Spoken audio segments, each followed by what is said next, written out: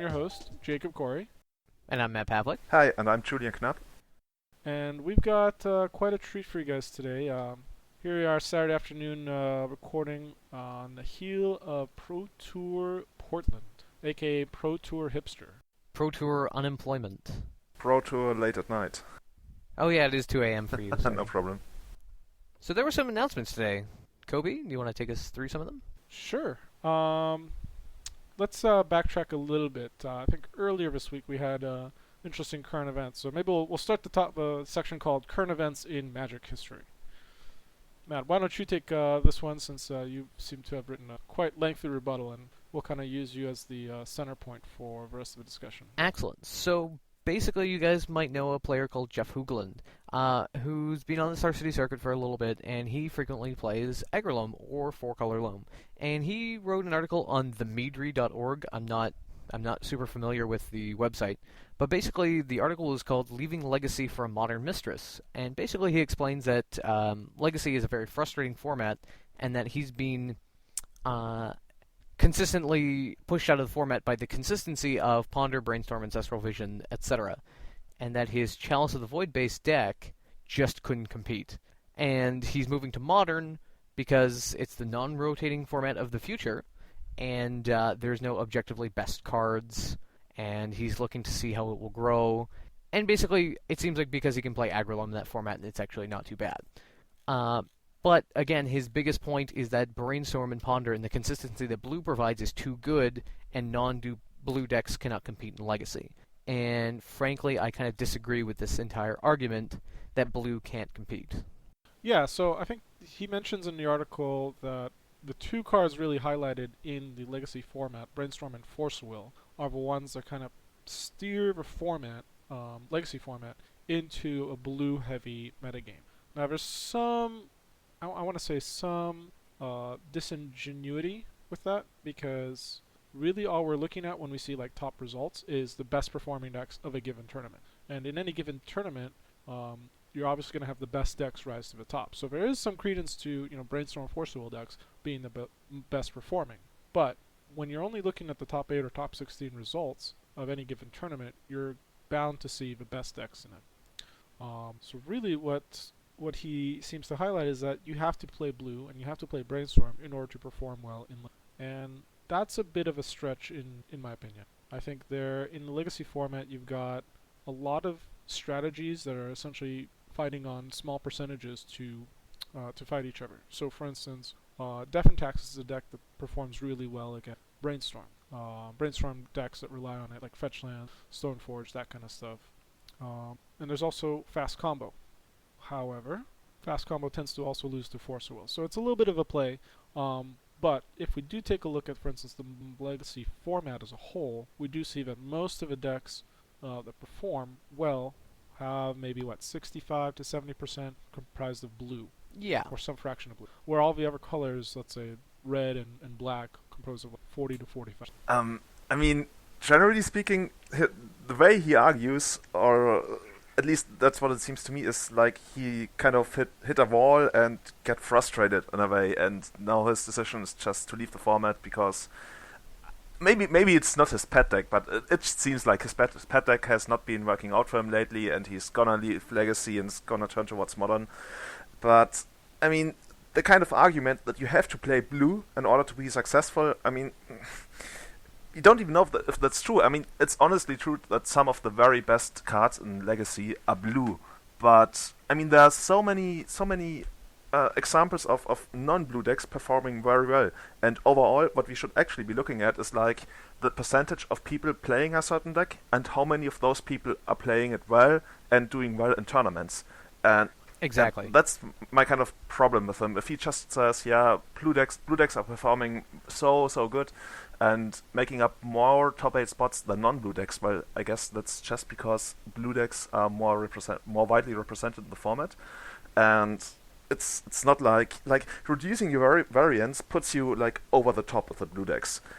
It's I don't know how to describe it in a way, but I really feel like it's like kind of a trade-off. If you play blue and you play all these nice cantrips and stuff, yeah, that's fine. Then you reduce variance and that's good for you. But if you look at a deck like, I don't know, let's just take Nickfit, for example. Nickfit kind of preys upon all these blue decks doing all their cute and fancy stuff and gaining little advantages. And yeah, it doesn't play blue, and it's still got a pretty good way to compete against these decks. So if you're not obsessed with playing like I don't know, your aggro roam deck, but you're like, Kobe mentioned Death in Texas or even Elves. Those are non-blue decks who have been putting up really, really good numbers lately. I mean, even in the US, I think Death in Texas was a bit slow to be adapted into the format. It's been around for a while, and Thomas Innervoldsen got it to a big player in the format. But it's been an okay deck, and if you wanna go non-blue, there are definitely options you can use to do well with. And, I mean, Julian, you bring up a good point. Basically, the American metagame seems to be very slow to adapt to change. We even saw this with Survival, and we saw it with True Nemesis. The Europeans were actually the first ones to not think of an answer, but actually sit there and work on the problem. A lot of the American players just kind of sit around while the professionals on the SCG circuit just clean up. I mean, look at the major decks in the format right now. Miracles, Charlotte's Bug, Imperial Painter, Patriot Delver, Elves, Death in Texas, Nickfit, Omniteller, all European deck lists. Let's try to think of American deck lists. So Team America, Sneak and Show, and Rug Delver are the three that I can actually think of that are 100% like American Brood lists. I'd put Epic Storm in there too, but that's such a fringe player compared to other Storm decks in the format. Okay, so we have that. So that's The four. original Solidarity deck. Okay, fine. But still, point is not many, right? So it seems like I feel like more people in Europe are invested in, say, their particular archetype, and are actually kind of, whether it's a blue or a non-blue archetype, and they're working on maybe the problem that archetype has in the current metagame. And over in North America, people aren't. They're kind of maybe hitting that wall and going, oh, I might as well just play blue. Now, also, too, the point is raised in the article that, oh, I got beaten by professional players playing Brainstorm. Brainstorm is a very skill-testing card. You can't just fire off a Brainstorm end of turn and say, hooray, I brainstormed, therefore I get to win. Very much not the case. Perhaps it's just good players who choose to buffer variance and have an edge against other matchups and have Force of Will. Maybe that's why they're doing well as well. Right. So my impression reading Jeff Hoogland's article was specifically about the concept of playing to win. So I'm familiar with Jeff Hoogland. That he's a grinder. He plays in a lot of Midwest Star City Opens. He's very active in writing articles and really helping spread a message about what to play, how to play. Here's how to play. Very much community-based writer. And my impression of Jeff Hoogland is that he is a spike. That is, he seeks out strategies and decks that give him the best chance to win a tournament and the best chances to outplay his opponents. So when I read this article, I get the impression that he's constructing kind of this false walls or limitations on how he will get to play in the format, and he's not allowing himself to break down those walls and get to the best strategy. So we mentioned about him playing a lot of aggro loam. That's a deck that has very good percentages against some decks, but historically, especially against Miracles, has very poor win percentage. It's just not able to crack that strategy. Granted, Abrupt Decay has helped, but not significantly enough to essentially bring that matchup into a positive light. So, and then you look at his modern list, the deck he's been really pushing for modern, and you see he's playing blue-red fairies, which more or less is a legacy deck without Brainstorm and Ponder and Force Will. So it runs the same type of elements. Delver, Lightning Bolt, a lot of tempo elements. It tries to win by countering small spells and attack with small creatures and then finish off with burn. And when I look at the comparison between, let's say, his legacy deck choice and his modern deck choice, you can tell in modern he's really playing to win without putting up any limitations on how he's going to do that. And then you look at legacy, and he is building up those walls and essentially putting barriers up.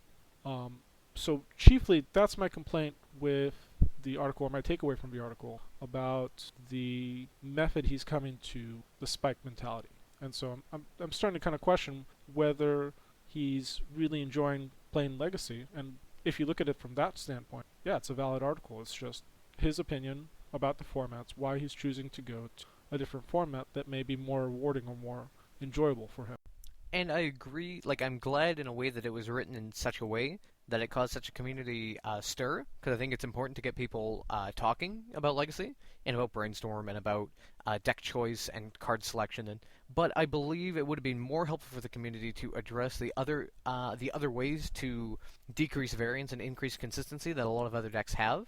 And it's not just Brainstorm. I mean, there are several other strategies to doing that, and those just were completely unaddressed. So I just wish the article had gone into that. However, in my upcoming article, I will be addressing that. So, hooray. We'll be looking forward to it. Yeah, for sure. All right, moving on to the second half of Magic the Gathering current events as it pertains to Eternal Magic. As we mentioned earlier, today is the day 2 of Grand Prix Portland, and there was a rather big announcement towards the end of the day from Helen, who's I guess organized play, kind of the figurehead of organized play, and they released the Pro Tour and Grand Prix schedules and formats for the 2015 Pro Tour year. So, Julian, maybe you want to cover some of the highlights of the. Well, I guess for us, mainly the highlights are the 3 Legacy Pro Tours. Oh yeah, I wish. The 3 Legacy Grand Prix they announced, with the first one being. Oh yeah. That's 50% more than this year, right? Is it? I'm not even sure. Yeah, we only had 2 this Okay, year. so that's pretty much an increase, yeah. So the first one is April 18th and 19th in Kyoto. I'm actually thinking about going there because I really, really would love to see Japan at some point. And if we get together like a cool team from Europe, we might go there, like the way we are going to GP New Jersey later this year. So the next one is, give me a second. It's Lille. Yeah, that's I think that's the north of France, from July 4th to July 5th. I'm definitely gonna be going there. That's not too far from where I live. Hey, do they celebrate July 4th in France? Do they celebrate July 4th in France? If not, they will now. I don't think. I think the national. But how do you call it? Like Independence Day. Yeah, the kind of is like when they stormed the Bastille in. But I might be wrong. I don't know too much. Yeah, my European history is Yeah. rusty. All I know is it's you have continent, and you have England, and that's about it. And the last one that's for you guys is gonna be in Seattle. Is it like there's Seattle? I know because it says Seattle/Tacoma. Yes, Seattle, Washington.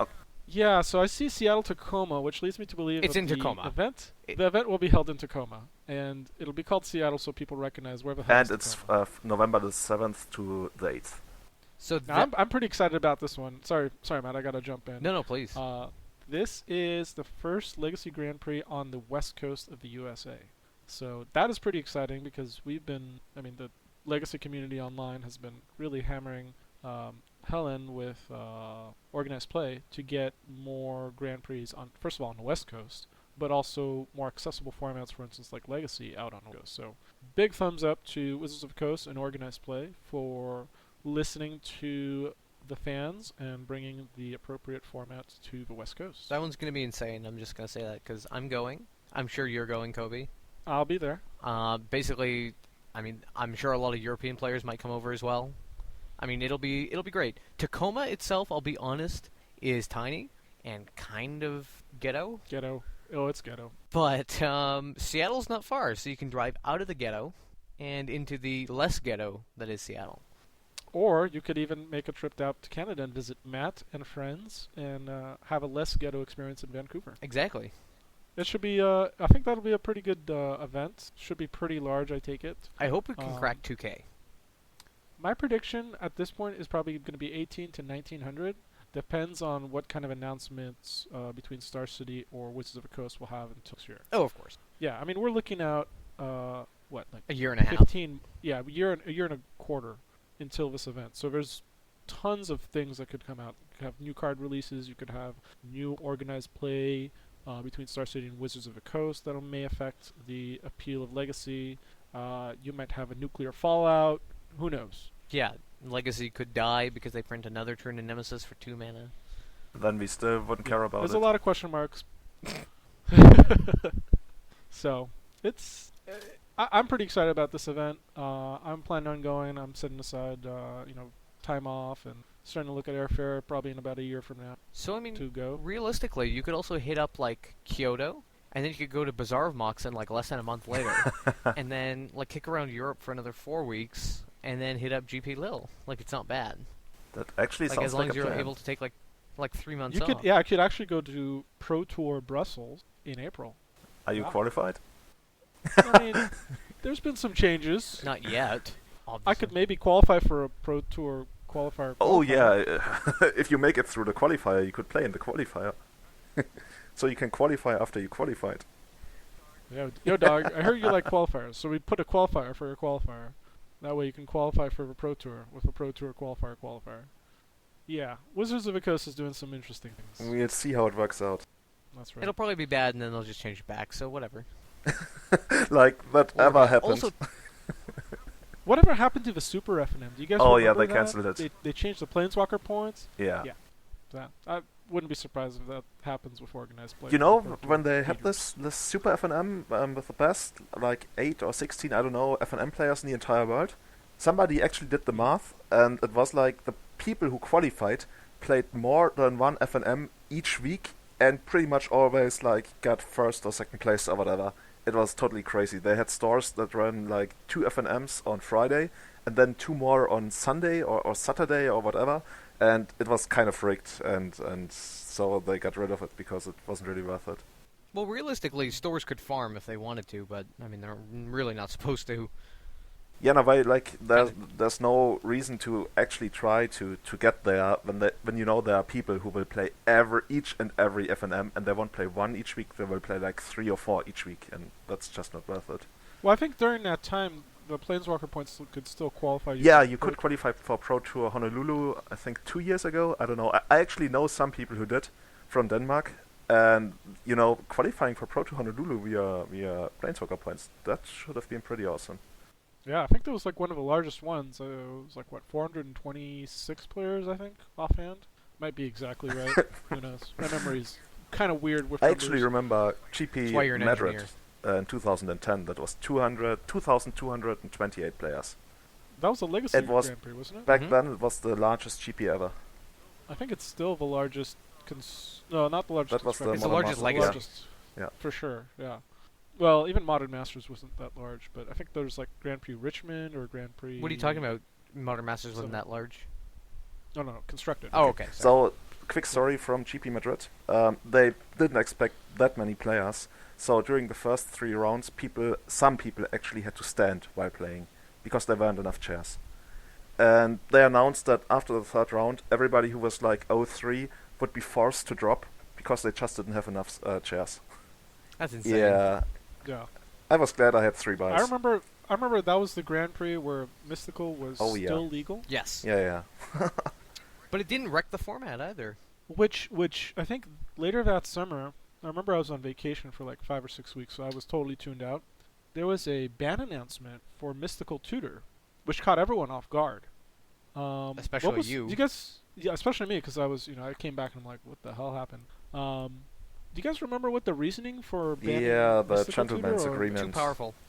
It's like a gentleman's handshake, right? Essentially, They were we promised arguing not that to play people it. were, like Reanimator and Storm combo were too powerful with Mystical Tutor. So because also remember that at that time you could float mana with LED through your draw step. You Oh, could. mana was yeah, different? that was amazing. That was an amazing time in Ad Nauseam Tendrils history. So that was the problem, and they said that basically the Reanimator at the time was like absurdly powerful, and that people just weren't playing it, quote, like you said, because of the gentleman's agreement. You know, guys, let's not So- destroy our format. Let's keep playing our pet decks. We are all casual players, No, that was like the gentleman's agreement they proposed. Which is like I've heard of shitty excuses to ban cards. That's pretty shitty. Gentleman's agreement. So Julian, I think going back to that Pro Tour schedule, I found something very odd about the formats. It seems we're only going to be playing standard and booster draft. Sadly, no legacy Pro what Tour, happened? but Yeah, well, sadly no legacy or vintage, but Oh my Or god, even Winston Vintage draft. Pro Tour? Jesus. with Winston drafts in Oh. Cube, that'd be pretty sweet. yeah, but I guess what We should petition Star City to offer a vintage / Cube draft or Cube. isn't there Winston gonna be a draft, vintage Masters draft for the Players Championship, or whatever it's called? Yeah. Maybe. It could be it's an online format, right? Yeah, no, they have the boosters pre-generated on Magic Online, but then people are actually gonna draft physical cards. Whoa. I'm pretty sure I heard about that. Is it for keeps? Oh, good question. Is it for keeps? Can I power rare draft? I would love to go see home like Jeremy with Desani power? like rare draft on a Lotus and like I don't care guys, I'm out of here. Besides that, Lotus is a pretty awesome card to draft. Oh yeah. But I think we noticed that whatever happened to the modern format. What's modern again? That format that Jeff Hoogland is going to play or something? I don't know. Yeah, apparently it's a mistress It or was something. supposed to bring Hold on. balance. Wait, hold on. Let me quote Jeff Hoogland from 3 days before. It is a non-rotating format of the future, which is no longer supported as a Pro Tour format. Ouch. Yeah, and we had everybody's That's- best friend, Tom Lapile, tweet about it because it caught people pretty much off guard. Like, why would you ever drop Modern? You introduced it as the holy grail of constructed formats and the future of Magic and whatever. And now it's missing. Yeah, I found it a little odd. Do you think it has anything to do with booster pack Oh, sales? why would you think that? I don't know. Maybe because like Wizards of the Coast is trying to like keep a business afloat or something. I don't So, know. to quote Tom Lapile, the person who's said to say that Great Sable Stack was the answer to Dredge in Legacy, Tom Lapile. And wait. Before you say it, he also introduced the modern format to the Magic community. Yeah, he was probably like back in the driving 2011. force behind it in a way. Yeah. So, Tom Lapile, So this is the person who essentially invented and gave the Magic community modern format. What does he have to say about why they took it out of the so Pro pretty much right after the announcement, Tom Lapile went on Twitter and let us know why there's no modern Pro Tour. And to quote him, Pro Tours put a ton of pressure on formats, and you can only put so much pressure on a huge non-rotating format before it breaks. And then he follows it up, better not to run modern Pro Tours, ban cards less often, and let everyone at lower levels keep their decks together. What the fuck, man? Is this casual? That sounds like a gentleman's agreement, I'm just saying. That sounds like building a format with construction of walls to kind of like keep the things from breaking down.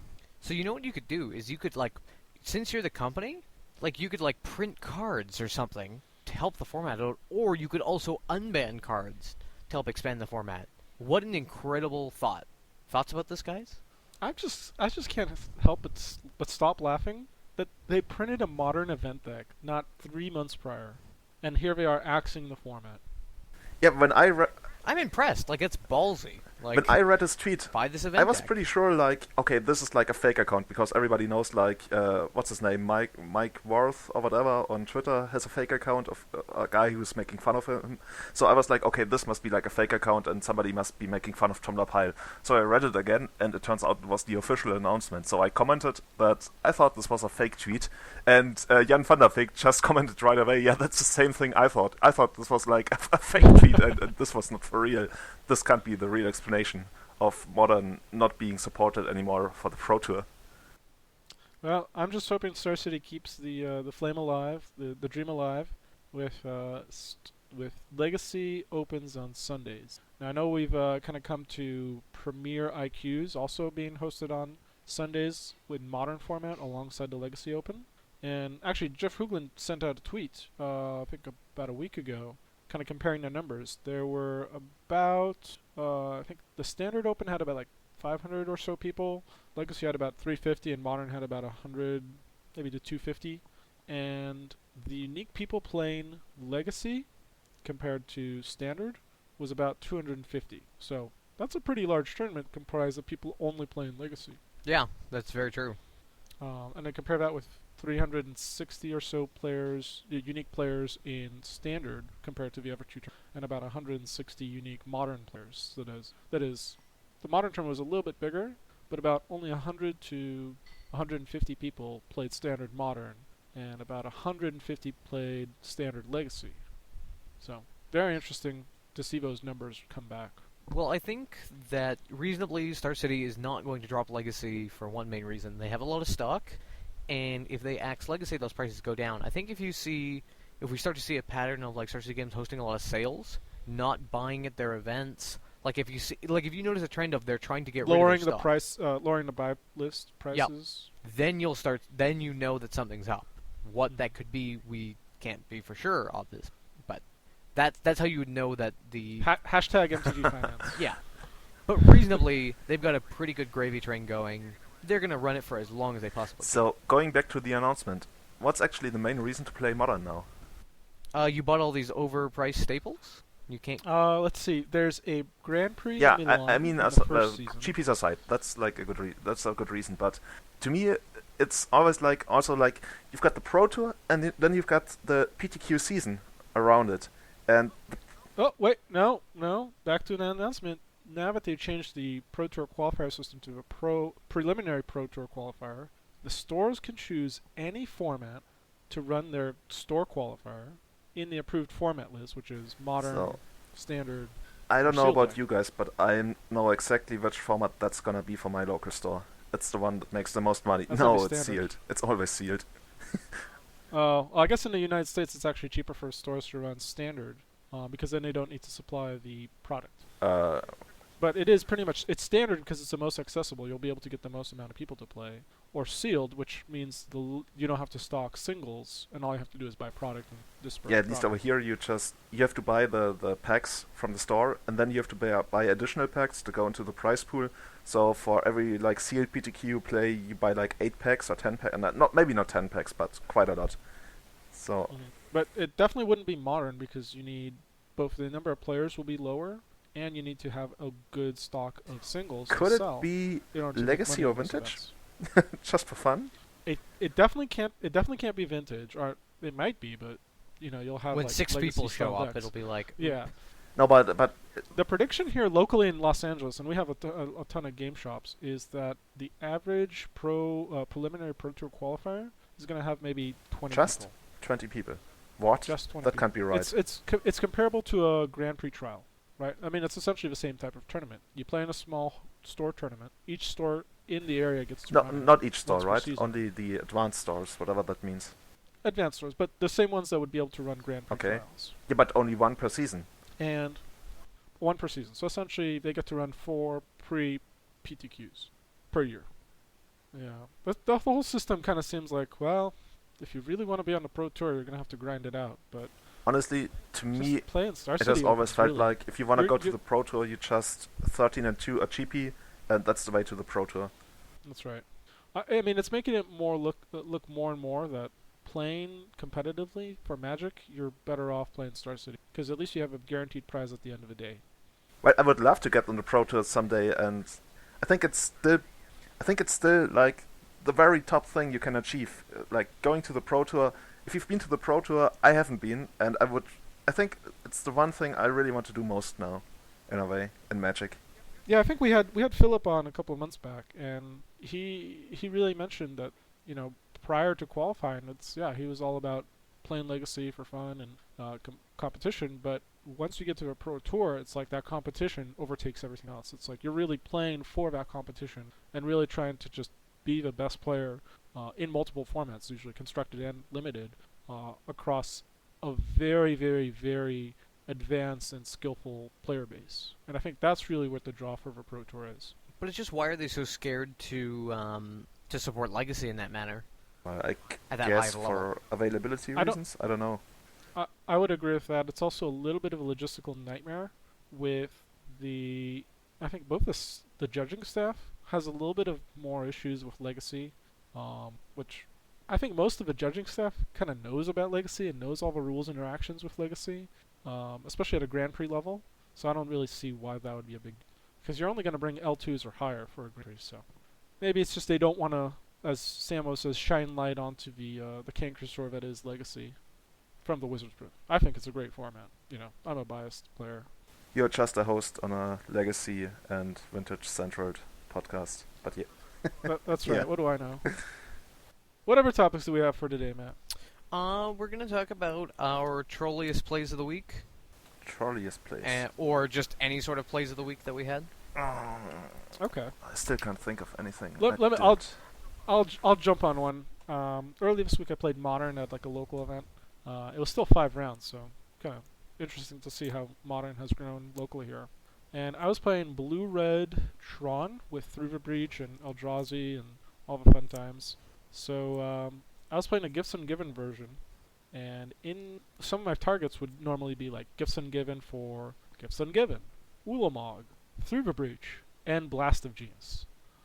Matt, I'm waiting for you to ask, what the hell is Blast of Genius? No, I'm actually looking it up right now. Hold on. I didn't want to like be very loud, but Blast of Genius. Oh God, how awful is this gonna? It's already. I see it's You got see like the mana Ral cost Zarek and on it. sorcery. Yeah. Let's start from mana cost. How many converted mana costs? I am counting 4 colorless, a blue, and a red, so it is All 6. right. So in my 6 mind, it's mana. already awful. Yeah. What card type is it? It's a sword. Oh God, It's a 6 sorcery. mana sorcery. Now it's gonna be really good. Okay, I'm gonna read it out. Choose target creature or player. Draw 3 cards, then discard a card. Blast of Genius deals damage equal to the discarded card's converted mana cost to that creature or player. This card is terrible. So I'm gonna throw this out to both Julian and Matt. Guess how much damage I dealt with this one card in the 5-round tournament. Total damage? Okay, let's see. Multiples of I 15. assume you damage. discarded more Blast of Genius with it. So I'm gonna say over the course of the tournament you did 50 damage. With I would this say card. like 80. 80 damage. Yeah, that's pretty close, actually. It was 56 damage total. Oh, what were you discarding? I only casted 4 times. What? What? Yeah. I discarded Emrakul 3 times, and the 4th time I didn't have an Emrakul, but I had an Ulamog. Turns out 11 damage was enough to kill my opponent. You get to live in a magical world, sir. Where this spell I would- live in magical Where exactly do you Christmas play land. Magic? Or whatever you wanna call it? Uh, Magic? Magic, air quotes, with magic. You should It's- buy stock, play the lotto, whatever. You know what the funny thing is? I bought it the day of for a quarter, and I'm like, In this is Korea. gonna be the best. No, it was English. Okay. No, I mean it's modern. I don't pimp out modern. Mostly because the cards are up and down so fast anyway. MTG hashtag finance or something like that. Bought for a quarter, dealt 56 damage throughout the day. I was giggling like a schoolgirl. That's worth it. Like you got your money's worth. Absolutely. It's like a I penny also per went damage. I also went 4-1. My only loss was to a burn deck, so I feel like I got punished appropriately. It was fun. It was a great event. I had a blast. What about you, Julian? Well, or for Matt? me, Julian, you go first. if you well, got I don't one. really have any cool plays of the week. It's just I finally got to kill an Eidolon of the Great Revel with Reclamation Sage, and that felt really good. And later that day, I also killed a moat. Did you green Sun Xena for it so you wouldn't have No, to take too I much? naturally drew it. I always naturally draw my one-offs, which most of the time is pretty good, Ah. unless you draw Progenitors. Well, it is still 11.67% to draw In the one opening out. hand. Yeah. That's right. That's why you always have like the one-off Leyline of the Void in some decks. I think Jean-Marie did it at the Bazaar of Moxon. He had the one. He played one I Leyline. believe he And played netted somebody one with Leyline. it too. Yeah, he got a friend of mine, but my friend still won the finals, but yeah.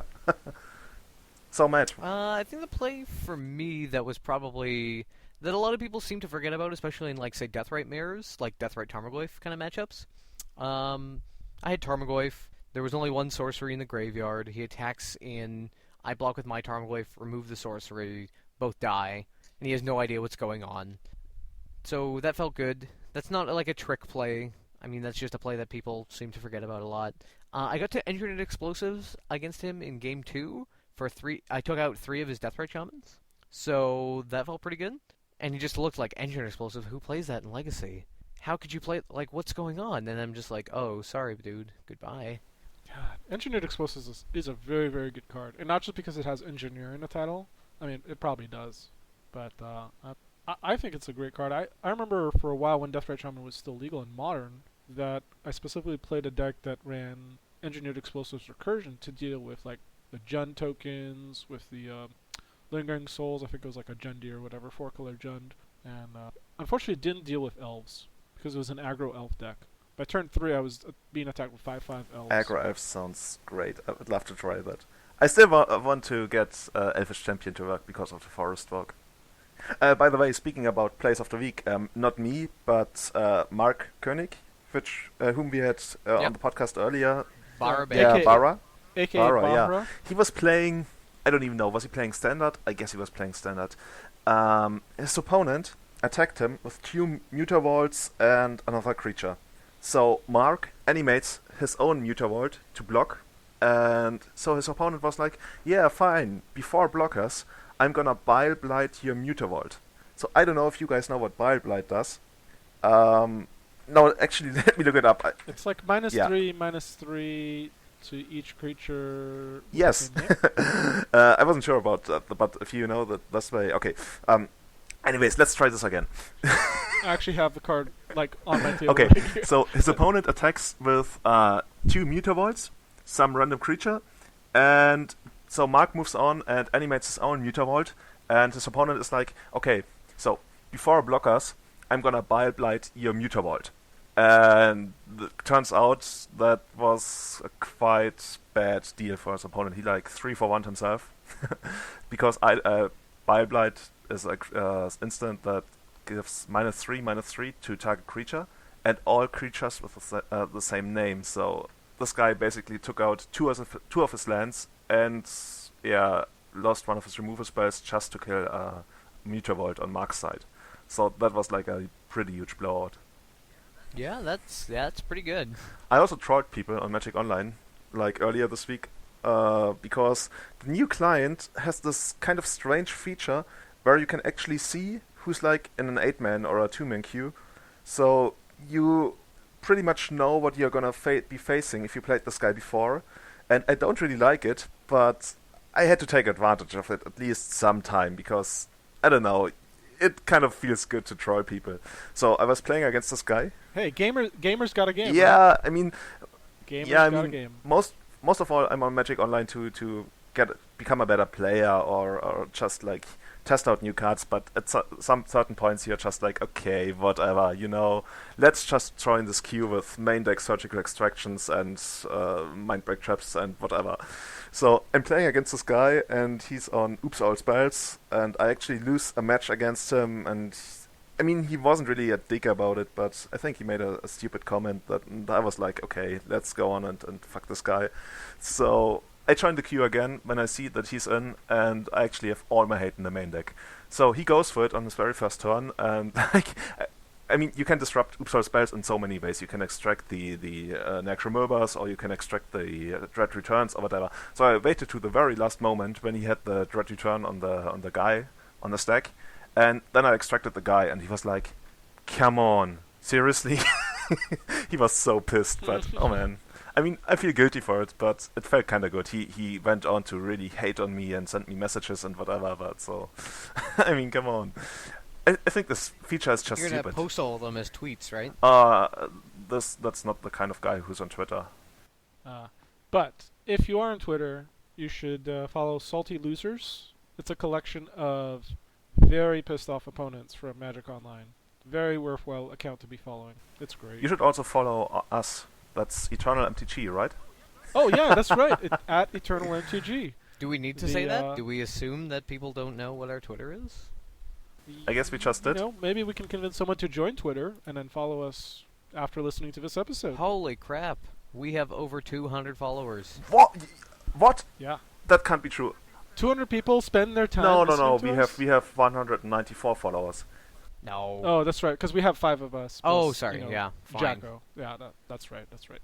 But we have quite a few people listening, so yay. Yeah, because I was in a race Yeah. with our own Twitter account who was gonna breach the 200 first, and I actually made it past 200 followers, like I think 2 days ago, and so yeah, that's why I knew we had like less. You only have 200 followers. I only have Julian? 200 followers, but I didn't stream a lot lately. Oh, we need to change that. We need a follow Thursday or something. Follow Friday. Our whatever it's 200th called. follower gets a dual land or Actually, I something? have 202 now. Okay, you know what? You don't have to brag. Some guy, some guy named Grumpy Humble, Cat. hashtag humble started brags following on me. Twitter. So I think the next thing we want to talk about is what are we playing right now and why are we playing it? So I think, Jacob, you had said that you were going to be playing something tomorrow for a Duel for Duels? Yeah, so, recently in the last 3 months or so, 4 months, I've actually scaled back my tournament going experience. I went to Star City in New Jersey, but pretty much after that I've been on Radio Silence and Magic Silence. So, pretty much waiting for like a good tournament to go. My life's been keeping me busy and whatnot.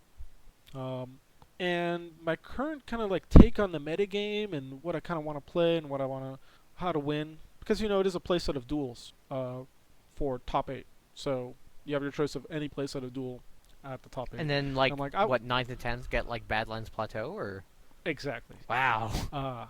Or something like that. No, maybe not even 9th and 10th. Maybe it's just like top 8 gets to draft playsets of duels and what. So I'm like, man, I haven't played in a while, but I want to win. So naturally, when I haven't played in a while and want to win, I start looking lovingly at my Pox deck. Did we talk about Pox last time? I think we argued a little bit about it. At least offline we did. Yeah, we talked about like how to build it, how to go about building it. Now, keep in mind that I've had this Pox deck built since about 2005, when Rug Delver was still known as Canadian Threshold, and I was playing such junk as Spitting Horror. Hey, that's a good card. Don't you dare knock Spitting Horror. Spitting. It's Spitting Oh. Plague or something like Plague that. Spitter. Plague Spitter, Yeah. that's the one. Yeah, the one where it deals 1 damage to each creature. I just during understood your upkeep. spitting whore, and I was like, what? Spitting Yeah. whore is a magic card. Which expansion is that from? You should see her cousin, the swallowing one. That's so deep. Oh, that's really deep.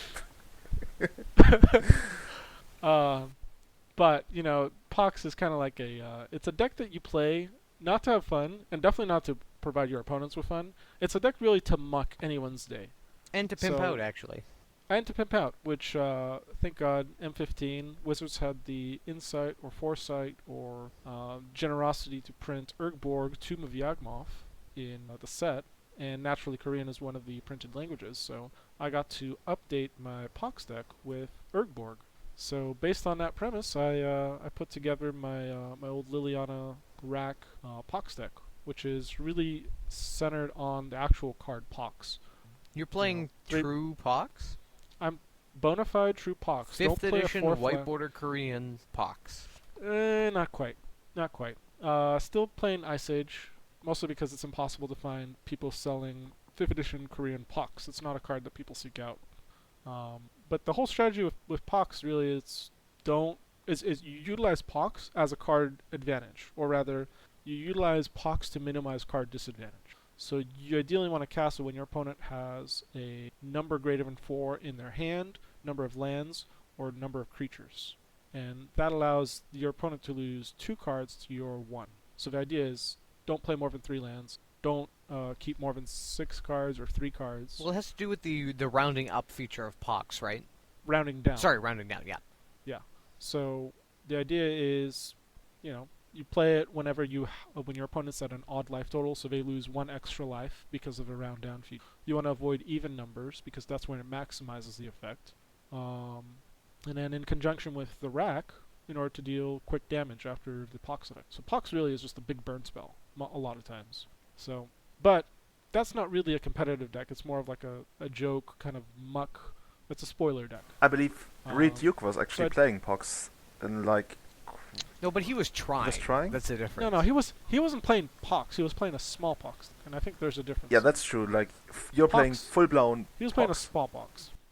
Full blown, like the old spoiler deck for the Necro in the Necro era. Essentially, you would say, well, you just paid 4 life to go up to 7 cards. I'm going to play Pox. You're going to lose another 4 life and discard 3 cards. Have fun with that. But really, that's not a good competitive deck. So I built lands, more of a traditional style. So it has exploration, punishing fire, intuition for a whole host of artifacts like smokestack, engineered explosives. Korean smokestack or regular smoke? Of course. Oh, Korean, of course. Okay, because Schornstein is still pretty good. Yeah, it's still really good, and that's actually one of the better ways to beat Miracles decks. Oh, I mean, they can't get rid of it. I mean, we talked about Like- permanent-based hate against miracles being really good, but also abrupt decay. And Abrupt Decay, that's another reason to rely more on Smokestack than, for instance, a card like Ensnaring Bridge. Mindslaver would be ideal, but Mindslaver takes so long to win because you have to force your opponent's cards to defeat themselves. And a lot of times that's actually kind of hard in Legacy. For instance, how do you kill a Delver player with their own Delvers? You You lightning deck bolt them. That's well. Once you have the lock set up, the problem is also too you need to close the game out because it still takes about 2 minutes for you to actually manually go through their deck. So Yeah, so Yeah. So, for instance, this lands deck has multiple ways to win. It has Dark Depths with Thespian Stage. Thespian Stage has a lot of utility in the deck. You can copy a Maze of If. You can copy a Grove of Burn Willows. You can copy... I don't recommend copying a Tabernacle. That seems like a low value play. It's kind of funny, but low value. You can do it in response to a It wasteland. also has... That's right. Creeping Tarpets is a pretty good one. I think if you're still playing Creeping Tarpet, you have too many win conditions, though. Like 2 win conditions? That's too many. I also want to win in the given amount of time, like 50 minutes. So I need to. No, you want to win one game in 50 minutes. I said win a match, not win multiple games. So I wouldn't be surprised if I managed to win game one in 40 minutes, and then game 2 is a draw. So we'll see how many of my matches end up being ones. That actually happens quite a lot. Tomorrow. I mean, I used to play a lot of lands, 007, and that happened like every 5th match. My opponent scooped way too late in the first game and didn't have enough time for the second game anyways. Gotta scoop the lands. But no, but seriously, if you go 007, we're gonna do like a James Bond altar for you. Cool. Unfortunately, I probably drop before I go 007. Like, in 2006, around 2006, when land still was big in Legacy, a friend of mine played Moat and Humility, and he actually went something ridiculous, like, I think 1-1-4 in a tournament. So, yeah, I mean, my read on the metagame is there's going to be a lot of fair Stoneblade decks. So, lands is really good against creature decks. Wasteland Recursion is really good against the 3-color decks. Combo seems to be on the decline because of all the Brainstorm Force Wheel decks, as Jeff Hoogland calls them, putting the squeeze on anything that is trying to do anything unfair. And plus, you can really tool your sideboard against combo if that's a deck that you really can't deal with. Right, so that's where Sphere of Resistance is really good in the sideboard, and I think my one matchup that I'm really fear is actually Julian's Elves list. So for that, I have a special purpose Cursed Totem. Oh, man. Cursed Totem is actually That's so heavily evil. overused right now. Yeah. Well, I mean, between Punishing Fire, Engineered Explosives, and Cursed Totem, I think I should have a decent shot of... You know which card I'm most afraid of? Glacial Chasm. Besides Graphic Glacial Chasm. It's so annoying. Glacial It's Chasm so is pretty annoying. good. I mean, you can still win. It's like, yeah, sure, go ahead. Go Yeah, go off. I mean, Attack. no, you don't even gonna- attack. fine. It's like, I mean, okay, if you got the crystallization into it, well, I don't see it coming. But it happened to me quite often that I get the Glacial Chasm into play, then you have to go the long way and activate Deathrite Shamans like 10 times, and then you get there. But it usually takes like a pretty long glimpse chain, and it's annoying. Yeah, you have to, discard all 12 sorceries. Yeah, the interesting part is that you can't get the Green Sun Sonnet into your graveyard, so because it's when you play it, it shuffles back in your library, so you have to draw enough cards to end of turn discard all of your Green Sun Sonnets, and then on your opponent's next upkeep, untap all your Deathrite Shamans or your one Deathrite Shaman like 5 or 6 times, and then eat up all the discarded cards again. And it usually takes Birchlow Ranger to provide enough black mana. And I've done it before. I've also done it against Blazing Archon in game 1, which is awesome. But it usually takes so long, and it's so annoying, and there are so many things that can go wrong, but it can be done. So that's why I'm playing Cursed Totem. Yeah. It's a good one. It's Yeah. a really good card that people just have forgotten about ever since Terminus got printed. And I'm so happy I'm Right. actually never mentioning Cursed Totem anywhere, and you guys just broke it, and no. Well, sometimes we have to provide meaningful and tactful information here on this That's podcast. not what Like, I this mean, nice podcast was Stoneforge advertised Mystic, at to me. Like, nice Stoneforge when you drop Curse Totem, right? You're just like, oh, fetch Batterskull, Curse Totem. Oh, nice 5 mana do nothing, right? Honestly, I wouldn't even sideboard Cursed Totem against a deck that's only got, like, Stoneforge, but, I mean... Deathrite? Yeah. Even against Deathrite, I wouldn't bring it in, because that's where Punishing Fire really excels. I'd bring it in against Maverick, against Death and Taxes, and against... Oh, for sure. I'm just saying. So pretty much all the green... I think you also want to bring it in against Sneak Attack, because once you've got Caracas, Grizzlebrand doesn't even matter in any way. Yeah, I'm thinking... Well, for that reason, I also have Phyrexian Revolt. Okay. Not Needle? Which provides... Not Needle. Because I still need a way to win games quickly against combo decks. Fair enough. So it's also good against LED. Oh, that's true. Yeah, that's fine. Piffing Needle is not. That's fair. But you can try. So that's really the reason. You could try. I could always mind trick my opponent, and if they're smart enough, they'll realize he's bluffing. Julian, what are you on, or what have you changed, or what's going on with you? Well, for the main deck, there are hardly any changes these days. I mean, yeah, I replaced the Viridian Shaman with the Reclamation Sage, and I remember somebody on the Elf thread actually asked, so, guys, what do you think about Reclamation Sage? Is he better than Viridian Shaman? And my answer was like, if the 2-1 is better than the 2-2 against Engineered Plague, there's no choice. So, I mean, it comes kind of naturally. Killing enchantments on top of artifacts is so good. It's really good. It also increases your Miracles matchup by quite a bit. What I'm contemplating is getting rid of the Pendelhaven again. I mean, it's still good, but I could actually see a Cavern of Souls, because then you've got like kind of build your own abrupt decay against the counterbalance. But I don't really like it because it doesn't cast all my non-green spells, like only for colorless mana. You know what I mean. It's kind of clunky. So for the main deck, there are not a lot of choices. For the sideboard, I'm trying out a lot of stuff. I went back to 2 Pithing Needle, 2 Nile Rods, 1 Natural Order, 1 Druid Thar right now, because with Rensron Packmaster in the main, I really can't afford putting all these. I mean, Clunky. yeah, I try to avoid the word, because in elves hardly anything's clunky, but yeah, like on the first and second turn they're definitely clunky. So I don't want to overload on too many of these cards. I'm playing 3. Speaking of Rurik Thar the Yeah. Unbowed, or maybe we'll have to come back to it after. Okay, yeah. So on top of that, I've got It's a good reminder, 3 Mindbreak Traps, because Mindbreak Traps go really, really well with Zurich Thar, allowing you the time to actually natural order into them. And 1 Sylvan Library.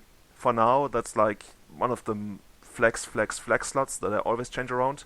3 Abrupt Decays. I could actually see 4, because right now my sideboard is really soft to Delver, and I need ways to remove it until they turned flying or reaching Llanowar Elf. And 2 Surgical Extractions, which have been really, really good for me lately. So yeah, that's what I'm running right now.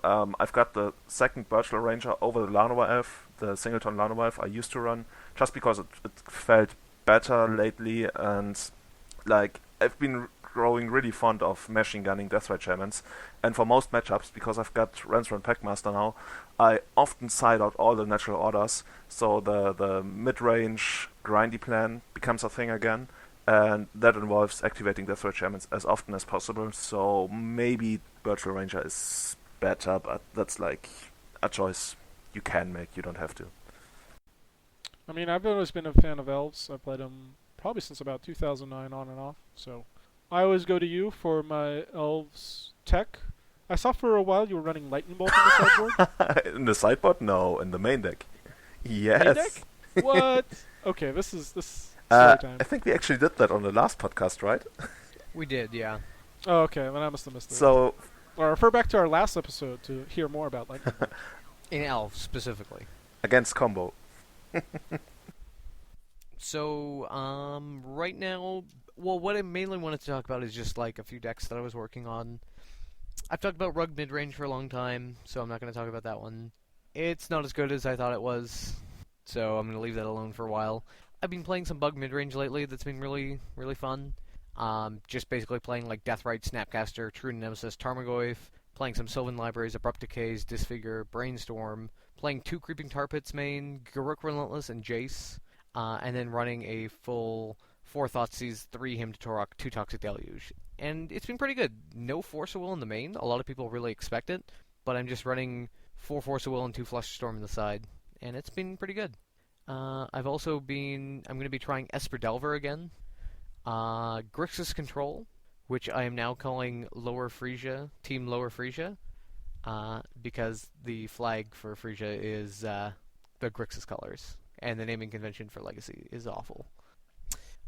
So for the Grixis Control list, I saw a guy playing it on Cockatrice a couple nights ago, so I've kind of been working on it. It had basically Baleful Strix, Deathrite Shaman, Snapcaster, Vendilion Cleek, and he's also running Terminates as his main piece of removal. I mean, the rest of it is kind of like, Thoughtseize, Force, Brainstorm, whatever.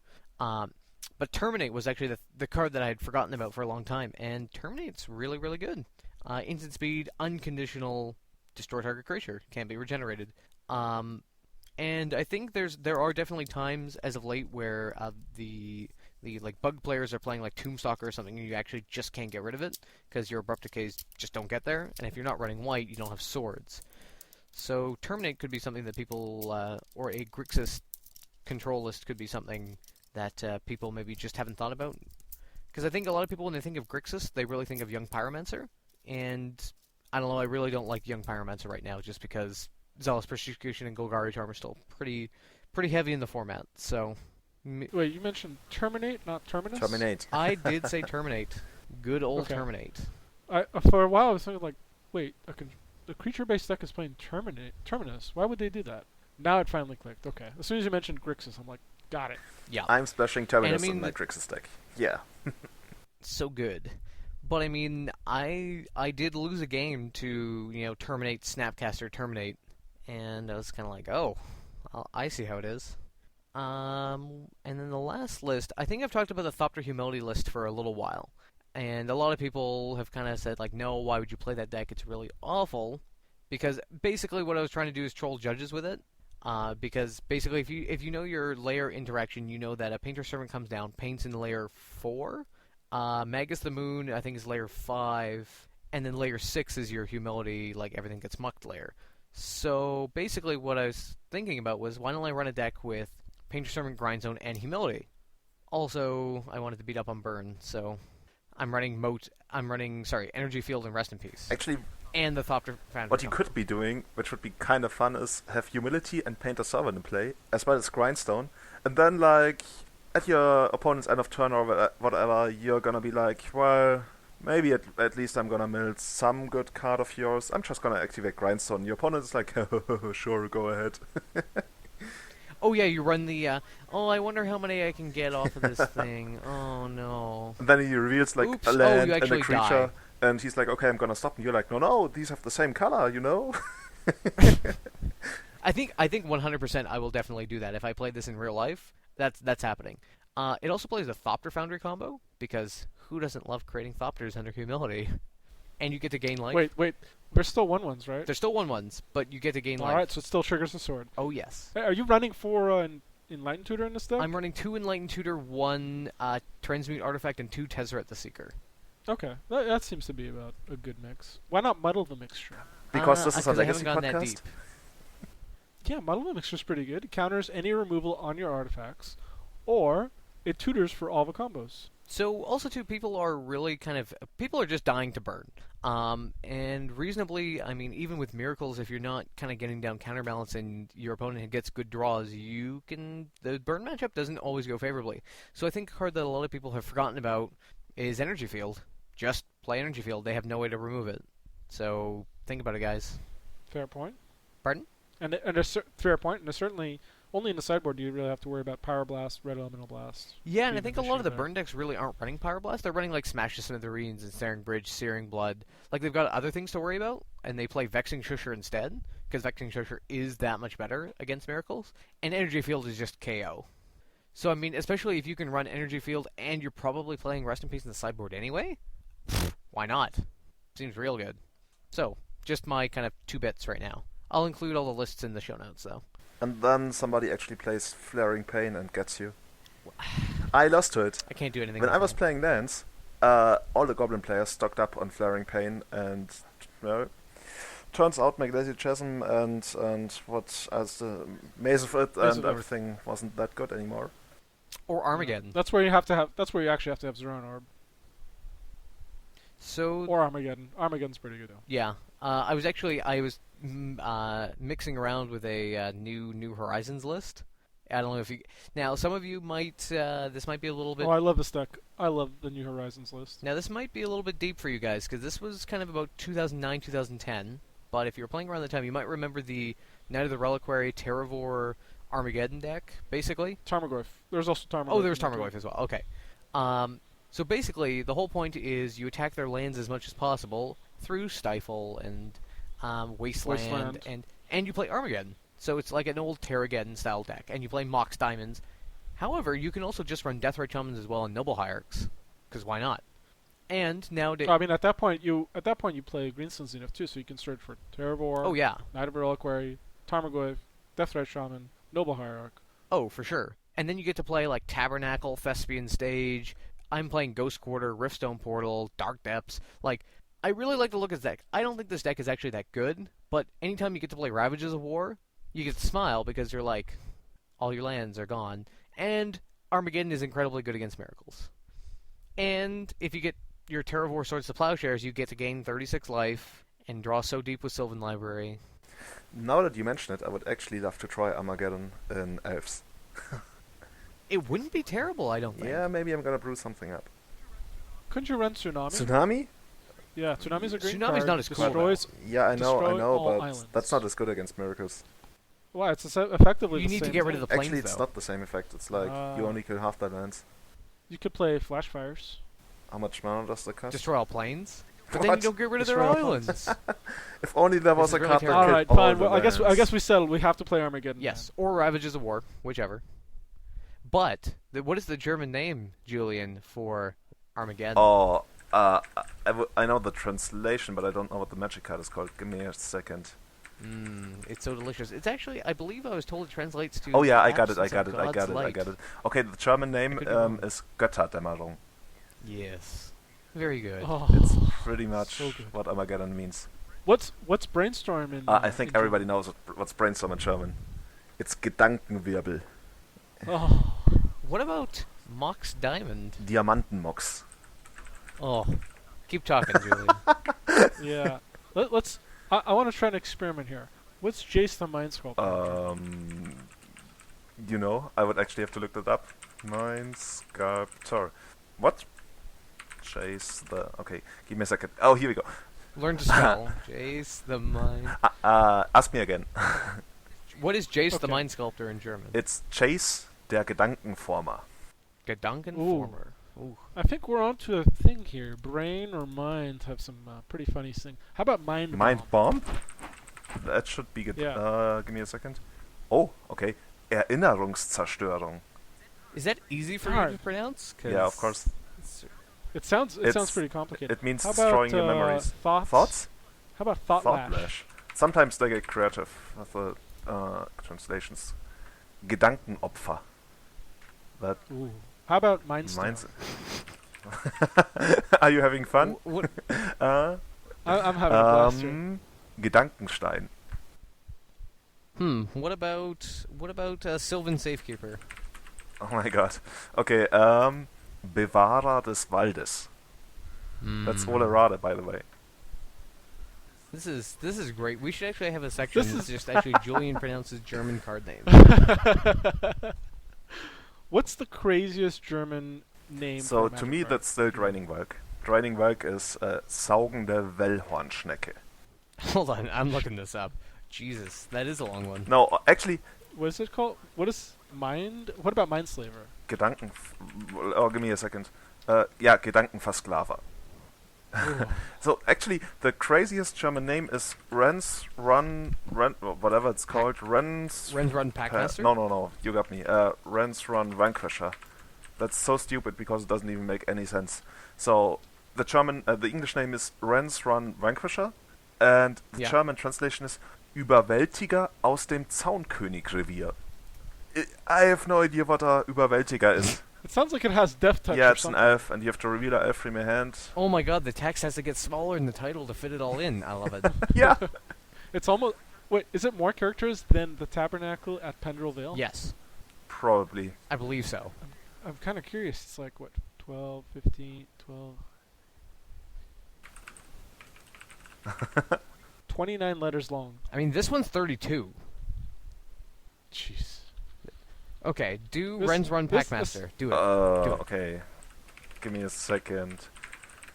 Rudelführer des... Rudelführer des Zaunkönigsreviers. Yes. How does Zankuni Geleviers translates to Run? What? Oh, Zaunkönig? That's a bird. Okay, so that must Yeah. be a Ren. And then what's I a guess run? a run is like the place he lives at. The Rundelführer is like the Run No, Master. run is like the That's the pack run, master. run, I guess, is where the bird lives in. I guess, is that like the ornithologist term for the place a bird lives? So it's like a No, nest. not just the nest, like the whole area. Oh, Okay. like the small part of the ecosystem in which the wren lives. I guess. All right. Here's a fun one. What is Brian Stoutarm? What? Brian's. Brian Stoutarm. Is that an English name, or did you just try to pronounce a German name? No, it's Brian, Brion, stout arm, one word. Oh, one word, okay. As I can't find it. Stout arm? Stout arm, like the beer, and then an arm. I don't know what the beer is. Stout? Stout. STOUTARM. Brian? Brain or Brian? Brian, Brion. B-R-I-O-N. I still can't find it on Magic Cards Info. Okay, So he it's pasted it not in one his word, sketch it's two words, okay. Oh, this one, okay. Oh, oh no, that's not very exciting. It's just Brian Starkarm, which means strong Yeah. arm. Oh. Wah wah. Yeah, that's Wah, not very good at wah. all. Should we talk about, I mean, as entertaining as this section You is... should ask me about Spell Snare, because Spell Snare is my favorite German translation. What is spell snare? Zauberschlinge. Zauberschlinge. Yeah, oh, you got... The pronunciation was like perfect. Say it again. Oh, thank you. I try. Zauberschlinge. Zauberschlinge. Yeah. And when you cast it, you have to be like, oh, Zauberschlinge, because nobody in Germany actually knows what Spell Snare means, translates to in German. Now I know. Yes. I'll have to learn German before coming to Europe and playing Magic. If you play Genesis, it's called Die Entstehung. Ooh. These are all pretty amazing. This will be a continuing section. We can also have me reading out English names in a very, very nice and... Very Canadian smooth accent. Yes. And With a lot of enunciate every but syllable. also and then so's more so. I would actually prefer David Attenborough does Magic the Gathering card names. I think this is a very good section. We shall have to repeat this in future podcasts. I agree. What I would like to move on to is cards to use. So we talked about Curse Totem, and is there anything else that like people are like not using but should be as of late? Submerge.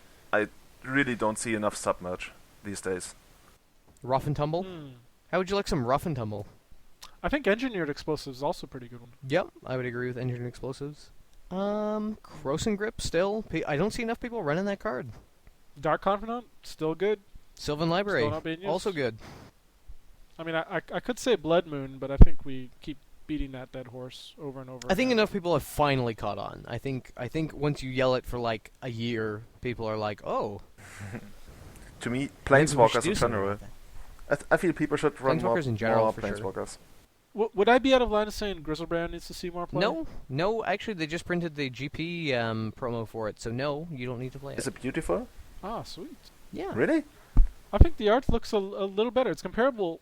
It's very comparable to the old art. It's just kind of a different angle of the same character. Yeah.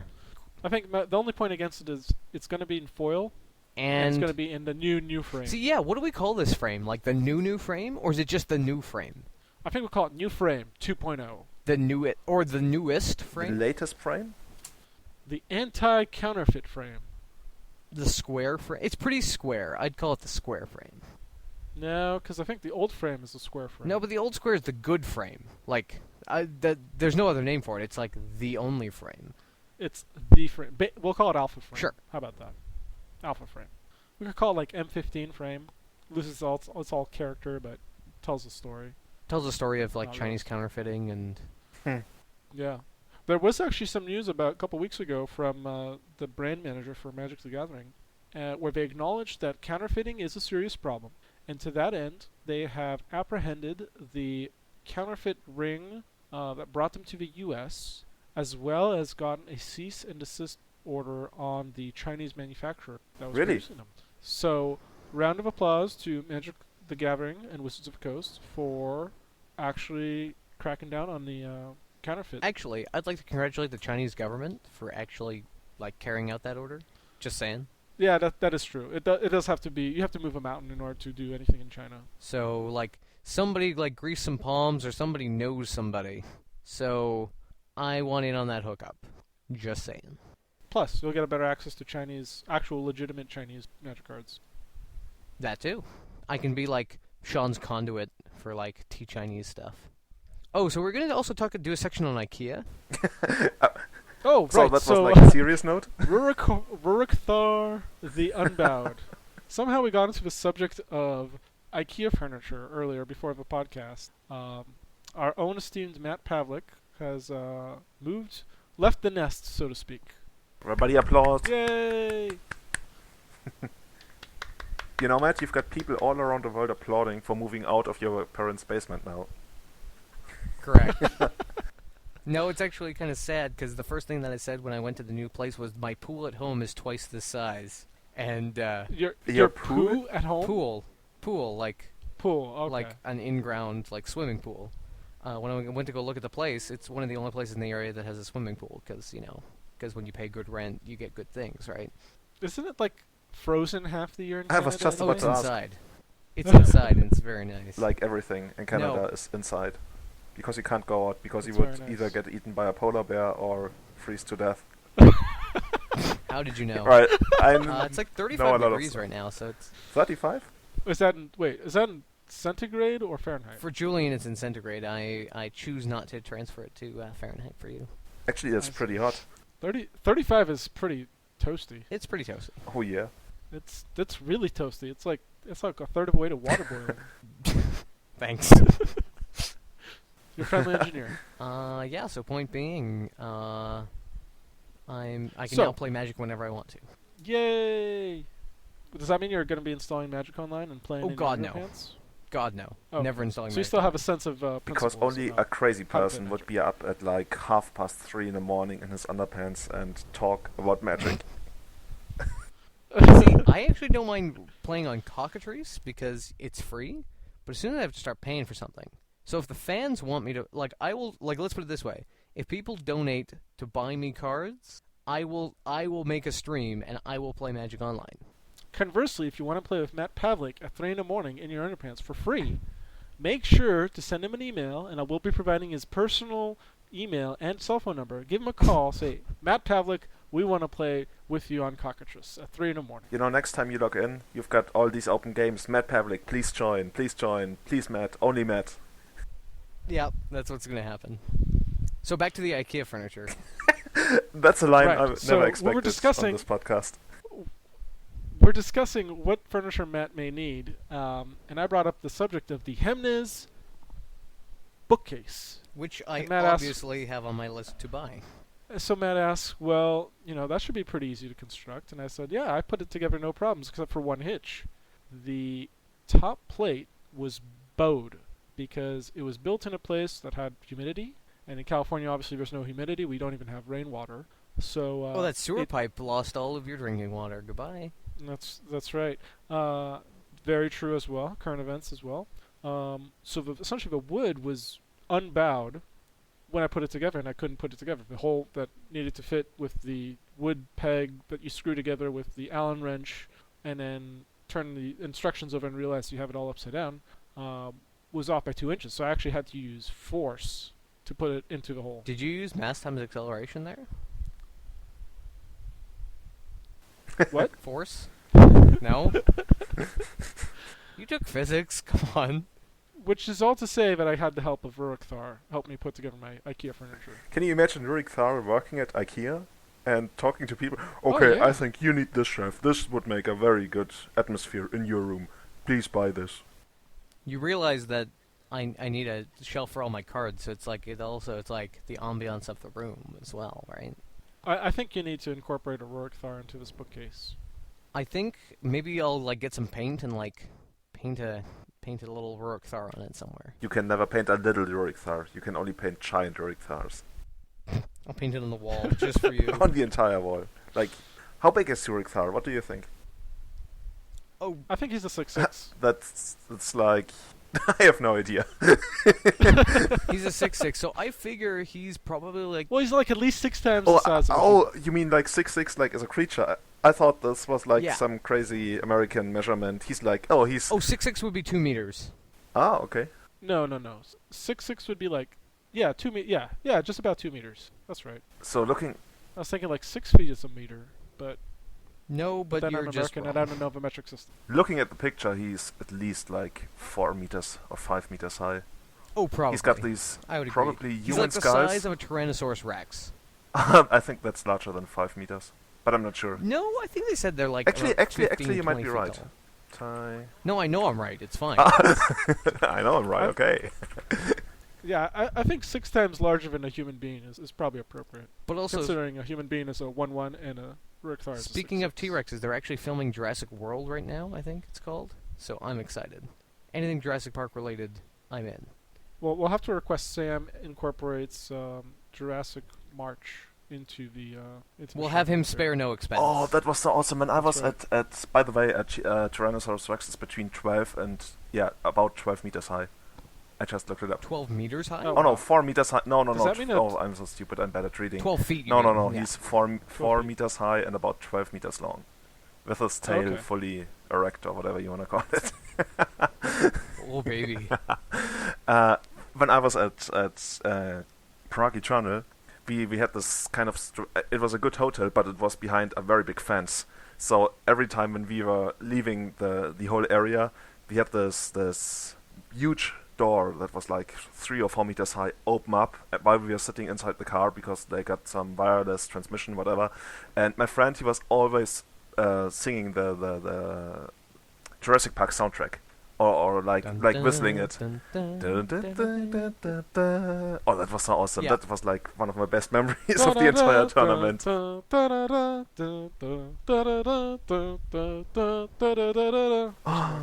might have been Beethoven. Point being, What is the point? we've officially run out of things to talk about when the singing begins. Good, because I've actually officially ran out of my scotch. And Have a I'm good night. officially running out of my night. That's fair. The sun should be coming up in like less than an hour. Actually, I think my iPhone can tell me. Like, give me a second. The sun will be going up in almost exactly 2 hours. Very nice. Alright, and with that, we're signing off. Thanks for listening for another fabulous episode of Everyday Eternal. I'm Matt Pavlic. I'm Julian Knab. And I'm Jacob Kory. Thanks for tuning in.